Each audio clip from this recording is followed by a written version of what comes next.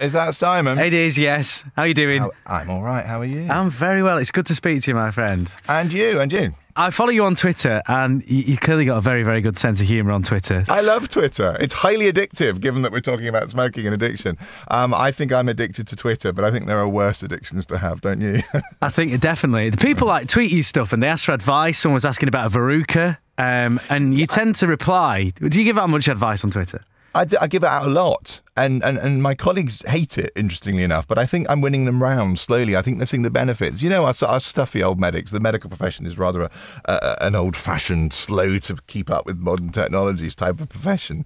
And so I think this idea of just someone randomly tweeting people advice when, and answers to questions came as a bit of a shock, and they really reacted quite violently against it.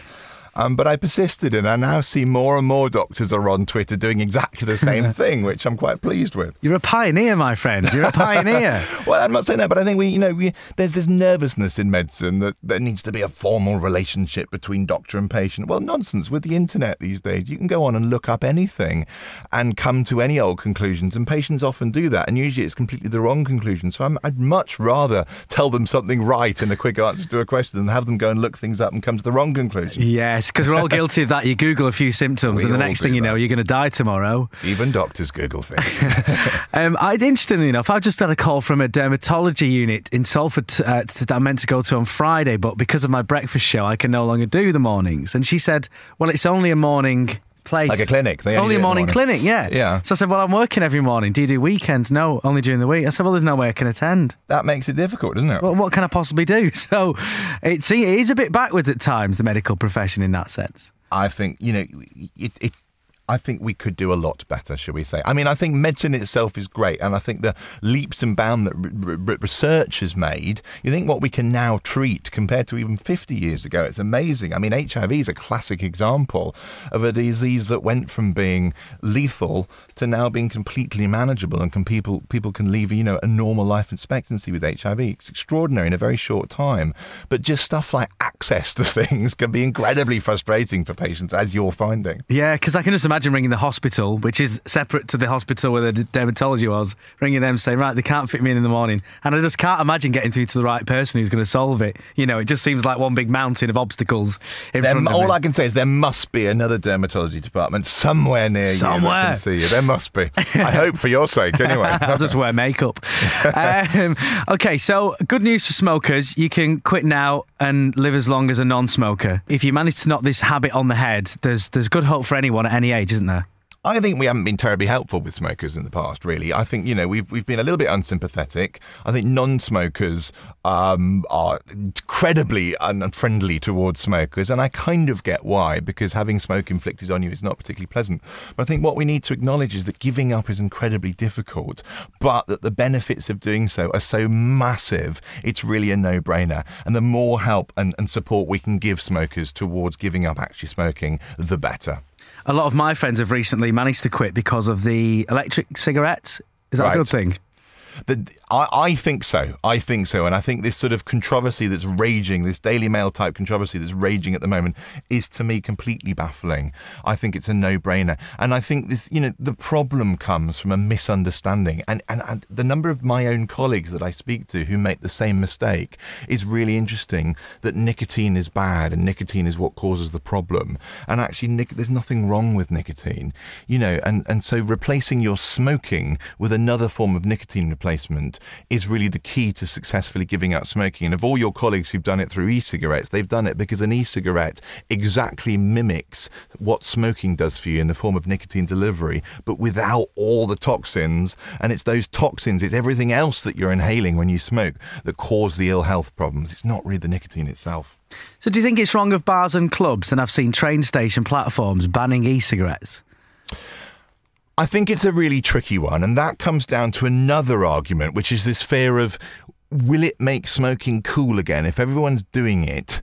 And let's face it, an e-cigarette very often for most companies looks very like a real cigarette. Suddenly, kids, for instance, are aware of this is all going on, mum, dad, and everyone else is doing it, so I ought to give it a try. And I can see that as a very real legitimate argument.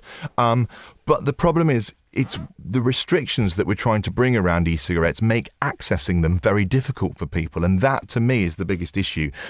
Smokers, if they're turning to ways of stopping smoking, we need to support them absolutely 150% in doing that. And e-cigarettes, we know, are a very effective way. But if they can't get hold of them, we're not really helping them very well, are we? I totally agree on that. And I feel incredibly proud of any colleague or friend who's managed to, make the switch to the e-cigarettes, and it does seem to be helping them. I think, whatever way, if they want to go cold turkey, great. If you can put up with their bad mood for a week or two, that's fine. We should do that, because it will be saving their life in the long term. But actually, I think the message that's not given enough is that if you simply turn to another form of nicotine replacement and not smoke, that is fine too. That will confer the same health benefits as completely stopping smoking. Because you seem to live and breathe your work, whenever we see you, you're so passionate about it, the way you talk about things. Yeah, I try. there's a lot of responsibility that comes with that, because with the Twitter, you can constantly reply to people. In the street, I imagine people stop you all the time with their health problems. It's like you're constantly working. Does it feel that way? It does, but that's no bad thing, really, because I like what I do. And I think, there's this... Once a doctor, you're a doctor 24/7. You're a doctor to your family. Your mum rings you up and goes, "Oh, your dad's had a bit of a funny term. What should we do?" Or the neighbour asks your mum to ring you up to ask a question. And people, as soon as you're on the telly, you can't fib about your job. So in the good old days before telly, you used to be able to lie when you're on an aeroplane journey and they asked you what you do. You'd say, "Oh, I'm an accountant," and that very quickly shut them up, and there were no more questions. Yes. Nowadays, I can't fib about that, so everyone knows instantly I'm a doctor. Taxi drivers are a great example of, once you're in the back, you get their entire medical history told to you, and their entire families, plus a load of questions. And do you know what? Because I like what I do, I really don't mind that at all, actually. I think it's quite nice. Do you know, I get the same. Like, I just never say I'm on the radio because it leads to all kinds of questions. As you said it, I'm very passionate about what I do, and I'm happy to talk about it. Hey, actually, it's all I know. I can't talk about anything else. You're boring outside of this, aren't you? I know, I can't. There's nothing else I know to talk about. So in a way, it's a good thing people only ask me about that. Can't cook, likes rubbish films. Yeah, there's nothing else to talk about. The common cold. I've got about 3 people in the office here at the radio station who are coming down with a cold. People tweet in, they say, "Oh, try hot ginger, lemon and honey. Try Barocca. Try fruit." Is there any simple option we can go for if you're coming down with that common cold? Probably the only thing that research has shown might be vaguely helpful, ironically, is chicken soup. Oh, I've heard this before. Chicken soup, chicken noodle soup, chicken soup, whatever, actually has in it a substance which stops the cold virus from binding to your own cells. And they've actually researched this in a laboratory. So, anything else, and let's face it, medicine, when it has come to cold, has been pretty useless to date at helping people. You do literally just have to ride it out. But of all the things, probably chicken soup is the most effective via research, and also probably the cheapest as well. I'm going to have some chicken soup for my lunch. So your mum was right about that. And she always said, have some chicken soup. Mum usually is right. Tony, who listens to the big fan of yours, she wanted me to ask you, do you ever get inappropriate giggling fits when you're doing your job? Just then, whoops. Yes and no. I mean, sort of inside, I might find something sort of personally quite funny. And if you follow me on Twitter, I have a fairly, what should we say? I have a sense of humour, yes. Should we say.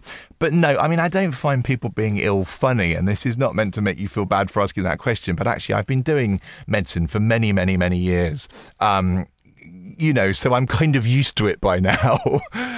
So no is the answer. Sorry to disappoint you, Tony, but I don't burst out into fits of giggles. I do a lot of teaching as well, and I deal with from primary school kids, secondary school and to colleges. And they listen to the show in the morning, and when things get horny for them as they grow up, it can be hard to be safe and sensible. What advice would you give to young people, and adults, in fact, as well? As far as safer sex goes? Yes. I would say the single most important thing you do is always use a condom. And if you don't, then go and get tested straight away for any infections, because most of the things we can quite happily test you for in a very painless, easy, unembarrassing way, usually just from a pee sample. It's as easy as that, and get it sorted out. Worrying about it, not doing anything about it will only lead to problems and only make things harder to treat. So actually, just go for it, bite the bullet, use a condom, and if you haven't used a condom, go and get tested. Christian, thank you so much for your time. It's a pleasure to talk to you It's on the no radio. problem. Always good to talk to you. Thank you very much. Is that Simon? It is, yes. How are you doing? I'm all right. How are you? I'm very well. It's good to speak to you, my friend. And you. I follow you on Twitter.